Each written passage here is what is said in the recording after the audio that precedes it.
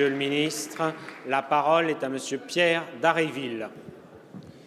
Monsieur le Premier ministre, voici un mois, la Commission européenne a renvoyé la France devant la Cour de justice de l'Union européenne pour non-respect des normes de qualité de l'air.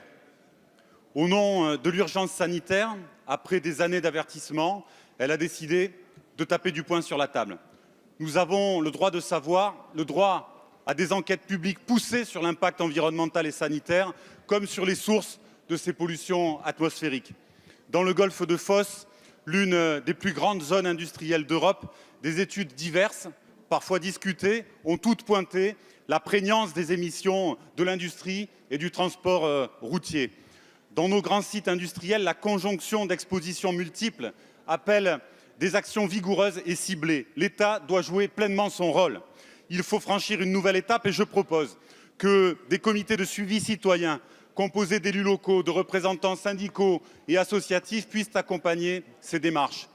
Le recours à l'huile de palme n'arrangera rien. En revanche, le développement du transport ferroviaire pour les marchandises et les voyageurs est une exigence incontournable qui appelle un grand service public et nous avons déjà trop subi les effets de sa dégradation pour ne pas partager la colère cheminote qui continue de s'exprimer aujourd'hui. L'édification d'une industrie du XXIe siècle est une nécessité impérieuse pour relever les défis sociaux et environnementaux et cela commence par la défense de la santé au travail. Au lieu de se réfugier derrière le droit de propriété des actionnaires, il faut pour cela se donner les moyens d'intervenir sur les modes de production et sur les investissements.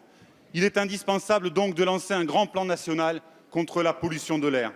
Quelles initiatives entendez-vous prendre pour donner plus de cohérence et d'efficacité à cette lutte urgente et nécessaire? Merci, Monsieur le député. La parole est à Madame Brune Poirson, secrétaire d'État auprès du ministre de la Transition écologique et solidaire. Merci, Monsieur le Président. Mesdames et Messieurs les députés, Monsieur le député Dharréville, merci pour votre question absolument essentielle. Crucial même, puisque en France, la pollution de l'air, c'est encore malheureusement la troisième cause de mortalité. Et il faut, comme vous l'avez dit, agir dans absolument tous les secteurs. Et il faut aussi mobiliser l'ensemble des parties prenantes, l'ensemble des citoyens, l'État, les collectivités territoriales, les acteurs économiques. Nous avons engagé déjà des actions structurantes, des actions volontaristes en la matière. En particulier, pour améliorer la qualité de l'air, le plan national de réduction des émissions de polluants atmosphériques ou encore le plan climat qui est un des plus ambitieux d'Europe et peut-être un des plus ambitieux au monde. Mais effectivement, comme vous le disiez, il y a urgence. J'entends votre proposition.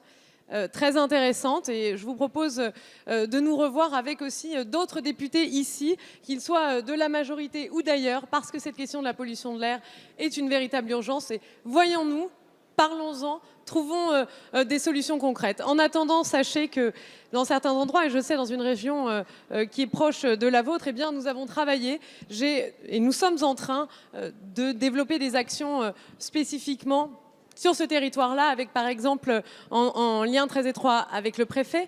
J'ai aussi saisi le commissariat général au développement durable pour qu'il rende un rapport parce que nous devons aller plus loin, parce que nous devons trouver des solutions innovantes là où c'est souvent difficile et c'est un problème récurrent que nous devons attaquer et nous le ferons ensemble. Je vous remercie. Merci.